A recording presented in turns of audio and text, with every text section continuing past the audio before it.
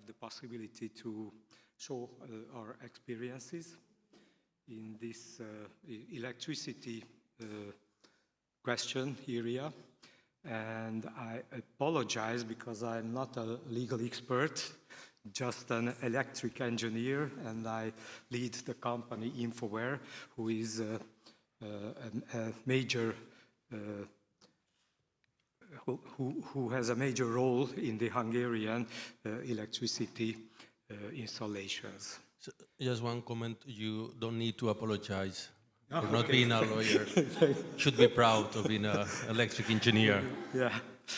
Yes, thank you, because we can talk about very good ideas, but at the end it must be then applied and realized.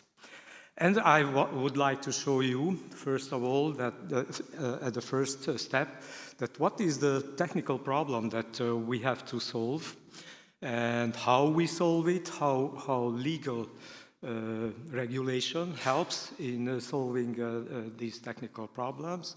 And at the end, I would like to show you that how AI helps in these questions. Yeah, first of all, about what is new during the last decade. The traditional structure of the grid, of the networks, was a very simple, centralized power plants produced the energy. It was then sent through the transmission line, and from the transmission lines, the distributions feeded the consumers. Nowadays, when distributed energy resources exist on the grid,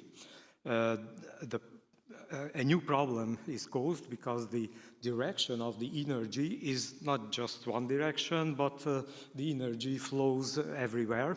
And because of this, we have the problem of the integration of the renewables. I mean, technical problem. And I would like to show you how we solve this kind of problem. Later I will talk a little more about the smart grids. And now let's see the second problem. The second problem is the grid stability. What does it mean? The energy production and consumption must be the same. Otherwise, the system frequency will change, and if this changes too much, then we have a blackout. And yeah, the same happened in Spain that you mentioned yesterday. But don't forget that that was a huge outage also in Britain in 2019. England and Wales was very involved in that outage, and I would like to explain them that why it happened. Yeah, the legal regulation is that for balancing the grid, there is a frequency control regulation and frequency control market, and it is very important to have a market, and the legal regulation must state how the market should work. Yes, and on the other hand, the frequency is also controlled by the electricity exchange market as well. I will show you later that if there are too much production in the system, then the cost will be very low, and if the production is not enough, then the cost will be very high. And through this market, actually, this balancing is also equalized. A little about the frequency control, how it works in the reality. The frequency control is controlled from the TSO, and there are the asset owners who produce this kind of service. If the owner has only a small power, then an aggregator collects these generators. Physically, how it looks like?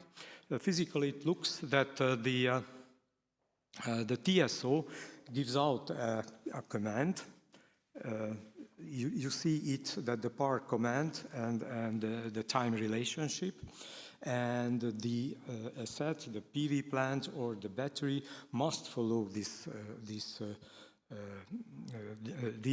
command, and also in time and also in value, it must be within the appropriate range.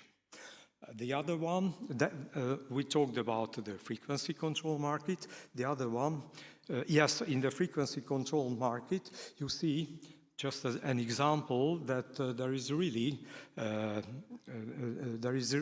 a possibility for the owners to earn money and generate profit, because the owners become fees for this kind of service. The next possibility is the electricity trading. The producers produce the energy, and this energy is sold on the electricity exchange. For example, in Hungary, this is the HUPIX. And you see here an example that how the price changes. If the demand is higher than the production, then you see that the price is very high. In the middle, you can see that sometimes the price is zero because there is no need for production. Because of this, several technical solutions appeared. The first one is the arbitrage. It means that when we store the energy of the power plant into the battery storage, and we give out this energy those time slices when the energy is demand is higher and the energy is more expensive. The other one is belongs to the frequency control. The prediction, the scheduling is usual of a renewable is usually not very precise. It means that the schedule and the real production is not the same. Because of this, there is a penalty if somebody does not produce the same energy as was forecasted. But with the battery storage, we can equalize it and follow the schedule. This also, this is a schedule balancing. This also can save money for the owner.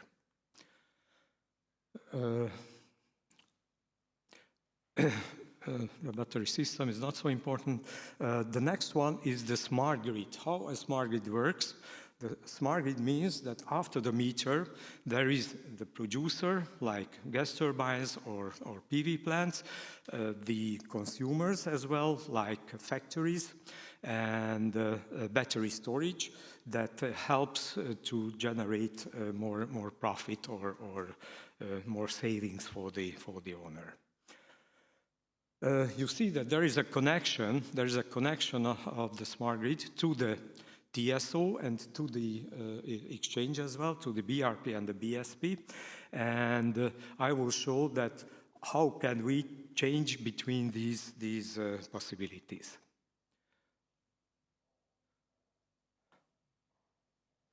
Here you can see also the use cases of a smart grid. I think it is very trivial. Maybe the lowest is the arbitrage is not so popular until now.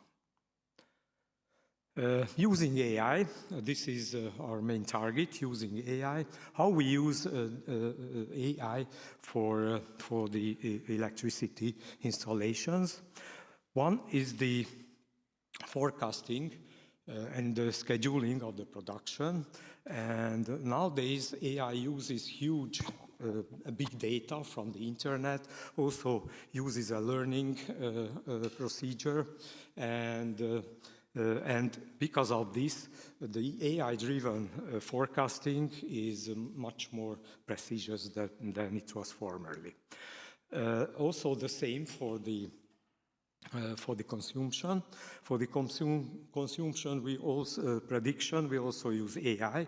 Mainly, the learning algorithm is used here.